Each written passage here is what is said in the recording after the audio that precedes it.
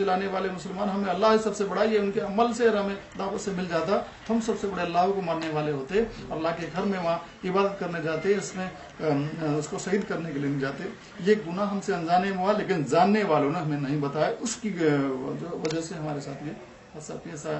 बहरहाल जब छत पे गए तो वहाँ पे उससे पहले पूरे जिस्म में एक डर, अजीब सी कंपन पैदा हुई, जबकि पहले लेंगे बाबरी, फिर इनके दिन आखिरी, ये नारा लगा रहे हैं, लेकिन उसमें जहन नजर नहीं आ रहा। जिस्म में ऐसा लग रहा था कि हम शायद दुनिया के साथ धोखा कर रहे हैं। पहले महसूस हो रहा था, पहले थोड़ी मुझे ये लगा कि बहुत सारे लोग इनको फेस कर रहे हैं, जो होता है कभी ऐसा। लेकिन मैं 17-27 के उम्र का आदमी, मुझे ये भी मालूम था, दिल जब बिल्कुल घबराहट ज्यादा बढ़ गई, तो मुझे ये लगा कि इस उम्र में तो हार्ट अटैक नहीं होता, हार्ट परेशानी नहीं होती, हार्ट प्रॉब्लम नहीं होती है। लेकिन यहाँ एक सबसे अजीब बात ये देखने में आई कि मेरे सामने थ्योरी पे कैसे यकीन करूं, मेरे साथ प्रैक्टिकल हो रहा है, मेरा दिल जवाब दे रहा है। जी जी जी। तो वहां से जो गड़बड़े शुरू हुई, हमने जो पहली खुदा चलाई, इसके बाद पहले चलाई उसमें जी आगे के हिस्से में थे, तो जोश में थे, जुनून था कि भाई ये मस्जिद, क्योंकि हमें ये तारीख मिली थी कि मस्जिद पहले राम मंदिर था। अच्छा। उस जगह को तोड़कर, मंदिर को तोड़कर बनाया, तो फिर वो गुस्सा आप समझ सकते हैं। अगर फिर कोई मेरी जगह पे कब्जा कर ले, अब भी हम किसान है, हमारे खेत में कोई कब्जा कर ले तो हम उसको कैसे हटाते हैं, वो सारी चीजें। तो वही चीज जुनून जो है वहाँ पे उस गुनाह को हमें शामिल किया। तो क्या आपकी दिल की कैफियत क्या रही उसके बाद? उसमें एक तो ये था कि पहले कि वो जो पहले घबराहट थी ना, वो घबराहट बेचैनी, अब वो उसका विचित्र रूप मेरे सामने आया, अजीब एक कैफियत सामने है कि दिल जो है वो उसकी पंपिंग कम हो गई, वो जो है घबराहट शुरू होकर के हलक सूखने लगा, और आंखों के सामने, क्योंकि जब ब्लड प्रेशर कम होता तो बहुत बुरे हालात होते हैं। तो मुझे जो पहला खुदाल चलाया, उसके बाद और बढ़ी एकदम से वो बेचैनी बढ़ी, जैसे किसी ने मैंने बिजली को छू दिया तो काम करता है तो उससे रिएक्शन आता है, वो एकदम से रिएक्शन उसके सामने दिख रहा था। अब उस रिएक्शन में ये दूसरी खुदाल लगाने के लिए जल्दी में लगा लिया। मैं कहा था 3 तो जरूर मारेगा, दिमाग में था ना, फटाफट करेंगे, लेकिन मजबूत चुना पत्थर की मस्जिद, उस पर कोई असर तो पड़ नहीं रहा था मुझसे, लेकिन वो तो मेरा जुनून था जो काम करा रहा था। दूसरी बार तो पहली बार तो थोड़ा खुदाल लगी, इसको मैंने कह सकते खुदाल लगी है, दूसरी बार उससे बहुत कम ताकत से लगी, तीसरी बार तो उठाने के लिए हाथ नहीं थे। अब वो इतना रिएक्शन बढ़ गया था जिसमें कि अब मेरे हाथ ऊपर जमा है, अब नीचे नहीं आ रहे हैं, यहाँ मुझे, अब मैं लाजवाब हो गया हूँ, हर तरफ मुझे मौत नजर आए, जिसको मैं मौत का सौदागर बन के गया था। पहले लेंगे बाबरी, फिर इनके दिन आखिरी, उसका मतलब दुनिया समझ सकती है कि ये जो नारा लगा किस वजह से लगाया गया था। अब मेरी जान पे बनी हुई है, मुझे मौत 4 तरह से नजर आती है। एक मौत मेरे सर पे खड़ी खुदाल की शक्ल में, 20 किलो खुदाल मेरी खोपड़ी को पार कर देगा। दूसरी, मेरा हार्ट जो है मेरा साथ नहीं दे रहा है, काम नहीं कर रहा, बंद हो गया तो मेरी मौत हो। तीसरा, मैं इतनी हाइट पे हूँ, ऊपर से गिरा, बैलेंस बिगड़ गया तो मौत होगी। चौथा, अगर यहाँ से बच गया तो कितने सारे मुसलमान जो दाढ़ी टोपी नहीं रखते हैं, कुर्ता पजामा नहीं पहनते हैं, वो स्टडी की शक्ल में हमें देखने के लिए आ गए होंगे कि ये है वो जो ये हमें रास्ते में मार देंगे और हम मर जाएंगे। ये हर तरफ से मौत नजर आ रही थी। अब जिसको हर तरफ मौत नजर आ रही हो, उसके बाद उसकी कैफियत क्या होती है आप समझ सकते हैं। उसी हाल में वापिस अपने घर आए तो उस दौर में यही लग रहा, ट्रेन में थे तो यही लग रहा था अब गाड़ी रुकेगी, अब मुसलमान आएंगे, अब मारेंगे, तो बहुत बड़ी बेचैनी हुई। वापस आने पर घर में, हालांकि हमारे साथियों ने बहुत बड़ा स्वागत किया, उसके हजारों लोग जमा हो गए थे, तो उन्होंने बड़ा स्वागत किया कि भाई इन्होंने धर्म का काम करके आए हैं, वो बड़ा मकसद था।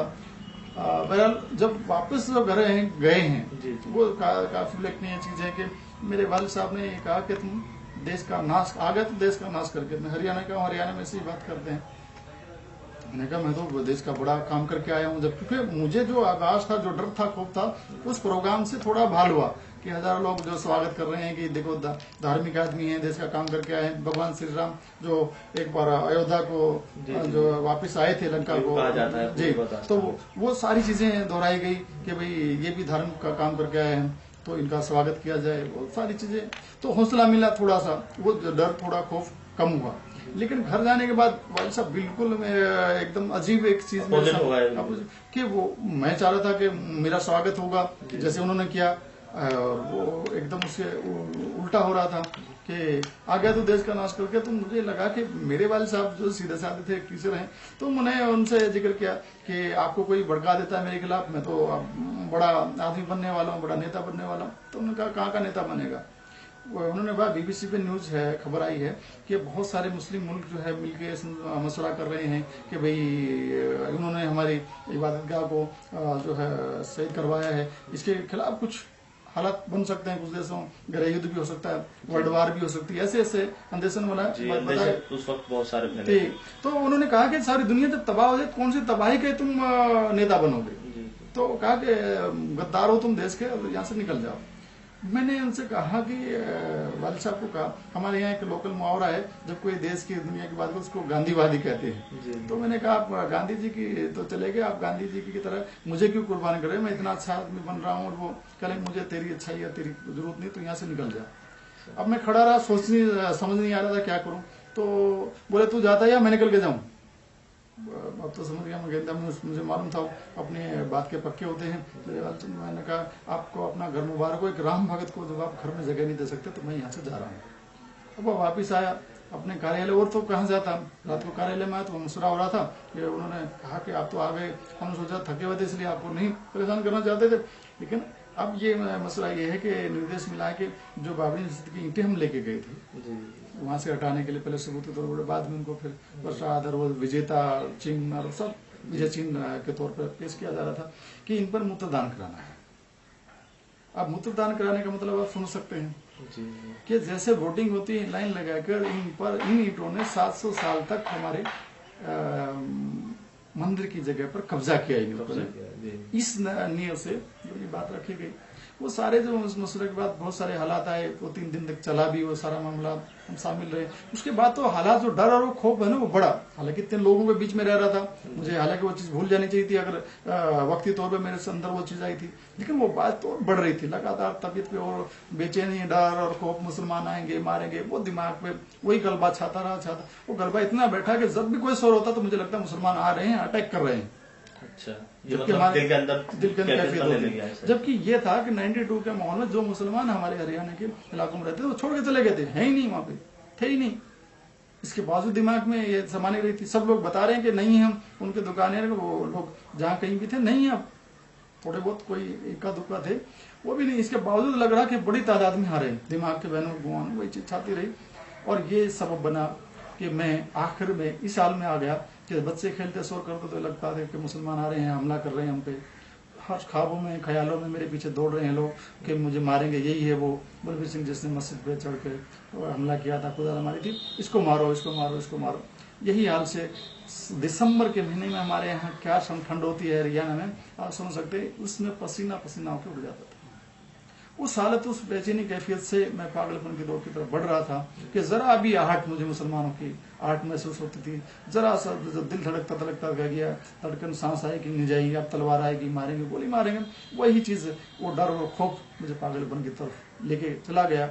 और उसका नतीजा ये निकला कि मेरे जो और साथी हैं, मेरे जो रिश्तेदार, सोच कर लोग मुझे पागल करार दे दिया। जरा चलाता रहता है, दरवाजे खिड़की बंद कर लो, मुसलमान आ जाएंगे, मारेंगे, तुम्हारे घर में हथियार नहीं है, तुम अपना बचाव कर लो। ये सारी चीजें पागलपन की तरफ मुझे कह रही थी और मैं उन्हें पागल समझ रहा था। ये मेरे कहने के बाद समझ नहीं रहे हैं, मैं अपने आप को समझदार समझ रहा हूँ, सामने वाला को पागल, वो मुझे पागल समझ रहे, मैं उनको पागल समझ रहा हूँ। ये दौर मेरा। अच्छा, वो आप बता रहे थे कि ईंटों के ऊपर हमने मूत्रदान वगैरह का प्रोग्राम बनाया था। नहीं, प्रोग्राम बना जी 3 दिन तक वो अच्छा चलता रहा जी।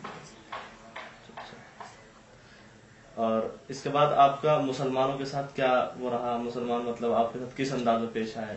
आपको जैसे गुमान था कि मुसलमान मारेंगे, तलवार लेके आ रहे हैं, काटेंगे, मुसलमानों से उसके बाद मुलाकात हुई तो कैसा मुसलमान बने?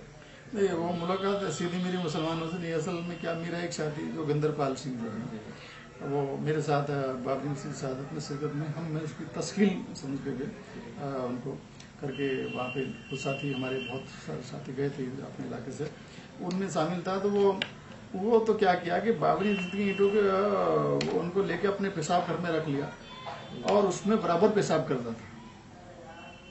इनके वालिद रणवीर सिंह बहुत परेशान होते थे, इनके ताए तो बहुत बिगड़े भी थे उनपे, कि भाई तू गलत कर रहा है, ये धार्मिक चीजों के खिलाफ है, देश के खिलाफ है। वो क्योंकि हमारे जो देश का जो देहात के लोग हैं, अक्सरियत जो है हमारे देश में अच्छी दिल वालों की है, साफ दिल वालों की है। वो किसी से नफरत नहीं करते, द्वेष नहीं रखते, सीधे साधे लोग हैं बेचारे। बस उनको तो वक्ती तौर पर भड़का लेता है तो वो समझ नहीं पाते सामने वाले पे हालात। तो वो बहरहाल वो उनकी नाराजगी के बावजूद पेशाब घर में ही रखे। पहले तो कोई नियम कायदा कानून नहीं था पेशाब कहाँ करना है कैसे, लेकिन उसके बाद अपना एक नियम बना लिया कि जब भी मुझे पेशाब को जाना है तो यहाँ इस ईंट पर पेशाब करना है। और अल्लाह ने उसको, फिर हालात तो आते हैं, अल्लाह इज्जत देना है, अल्लाह जिल्लत देना। अब जब इज्जत पे कायम नहीं रहता है तो जिल्लत मिलती है। कायम रहने के लिए उसके लिए सरकार कोशिश नहीं करता है या उसके कानून के दायरे में नहीं रहता है तो दायरे और तोड़ता है, कानून तोड़ता तो अल्लाह के दिन का उसका गजब का शिकार भी होता है। तो बहरहाल वही शख्स फिर आहिस्ता आहिस्ता उसको पागलपन का दौर अजीब किस्म का शुरू हुआ। वो ये कि अब पहले एक गांव में सबसे इज्जतदार आदमी का बेटा है, 300 बीघे के जमींदार का एक बेटा हो, अकेला हो, तो उसकी कितनी इज्जत होती है। उस इज्जत जितने लोग उसकी करते थे, अब उसको जिल्लत भी तो होनी थी ना। अब वो जिल्लत मिली किस जरिए से, वो गांव के जिस भी औरत को देखता उसको जिना की नीयत से उस पर माइल होकर उस पर झपटता। अब वो औरत चिल्लाती अपने बचाव में, और लोग जमा होते, वो मारते। अब हमारे यहाँ तो माहौल आपको मालूम है, अगर कोई ऐसी छिड़कानी करे तो उसके साथ कैसा सलूक करते हैं, सब जूते चप्पल से जो आदमी होता है वो मारते हैं। अब वो सब गांव के लोग, कोई शायद ऐसा नहीं बचा था जिसने उसको जूते चप्पल से ना मारा हो। ऐसी हरकतें रोजाना होती रहती। आखिर उसके तो हालात और बिगड़े जिसको मैं बयान नहीं कर सकता। उसका इलाज कराने के लिए कितने सारे डॉक्टर दवा देते थे, नशे की दवा देते, जब तक नशे का असर रहता बेहोश रहता, उसके बाद वही हरकतें। आखिरकार उन्होंने कहा कि इसके ऊपर कोई ऊपरी जादू हो गया है, इसका इलाज कराओ। तो आज इस पंडित के पास, आज इस सियाने के पास, आज ओझा के पास, सब जगह चले गए, लेकिन कोई इलाज नहीं हो रहा था। कोई एडवांस लेता, 10 दिन का टाइम देता, 7 दिन में देगा, 3 दिन में, ऐसे होता रहा। बहुत घूमने के बाद आखिर 20 दिन की, 10-15 दिन की मशक्कत के बाद उनको सोनीपत का पता दिया किसी ने। कहा कि भाई वो लोगों ने पहले कहा, रोज आते थे पूछने क्या हुआ, कुछ फायदा हुआ। हमारे माहौल में, देहात में ये चलता है कि भाई कोई बीमार हो जाए सब पता लेने आते हैं क्या हुआ। तो उन्होंने कहा कि भाई तुम तो, एक आदमी ने सुना दिया, तुम तो सारे पागल हो गए, ऐसे ही करके बात करते हैं हमारे यहाँ। तो जब से मुसलमानों की मस्जिद तोड़ के आए हैं तब से इसके साथ ये हालात है, इसलिए मुसलमान मौलवी से इलाज कराओ इसका। ये मशवरा देने वाले वही इसी गांव के लोग हैं।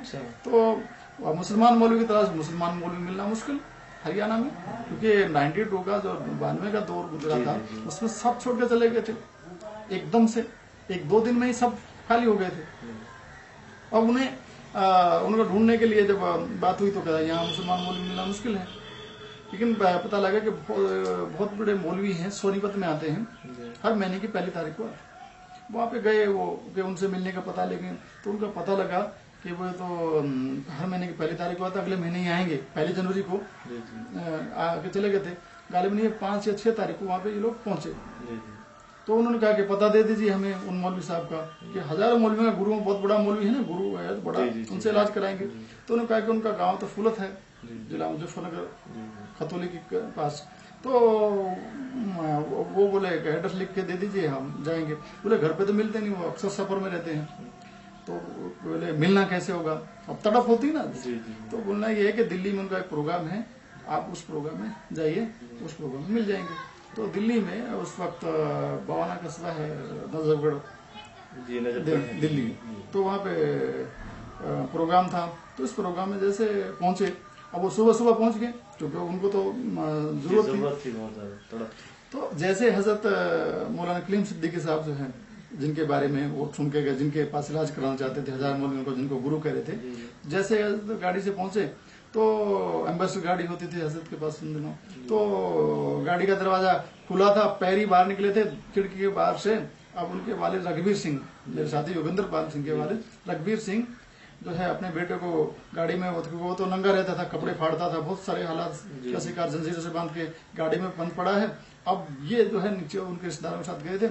अब जैसे देखा, पता लगा हजरत आ गए, हजरत आ गए। अब बेचारा सबसे आगे, हालांकि बुजुर्ग है, घर में तकलीफ है, बेटा जब उसका एक अकेला बीमार हो तो क्या हालत रहती है, लेकिन अपने दर्द में इतना ज्यादा पागल परेशान थे कि सबको आगे चीरते हुए हजरत के पैर पकड़ के खिड़की के आगे बैठ गए। और कहने लगे मौलवी साहब हमें माफ कर दो, हमारे बेटे को ठीक कर दो। बस यही रट थी उसकी। हजरत ने पूछा भाई क्या मामला है ये, क्योंकि पैर सुन्नत इस्लाम में बिल्कुल जायज नहीं है। तो उन्होंने वास्ता दिया, अल्लाह का वास्ता दिया, तो मुश्किल से साथियों ने उठाया, तो पूछा मामला क्या, तो उन्होंने बताया हजरत को कि पूरी दास्तान बताई कि हजरत इनका बेटा बाब शहादत में शिरकत करता था, मस्जिद की ईंटों को पेशाब कराया, फिर इस हाल तक पहुंचा है, इलाज बहुत कराए डॉक्टरों के। तो हजरत ने एक ही बात कही, जब बीमार उसने किया तो इलाज भी वही करेगा।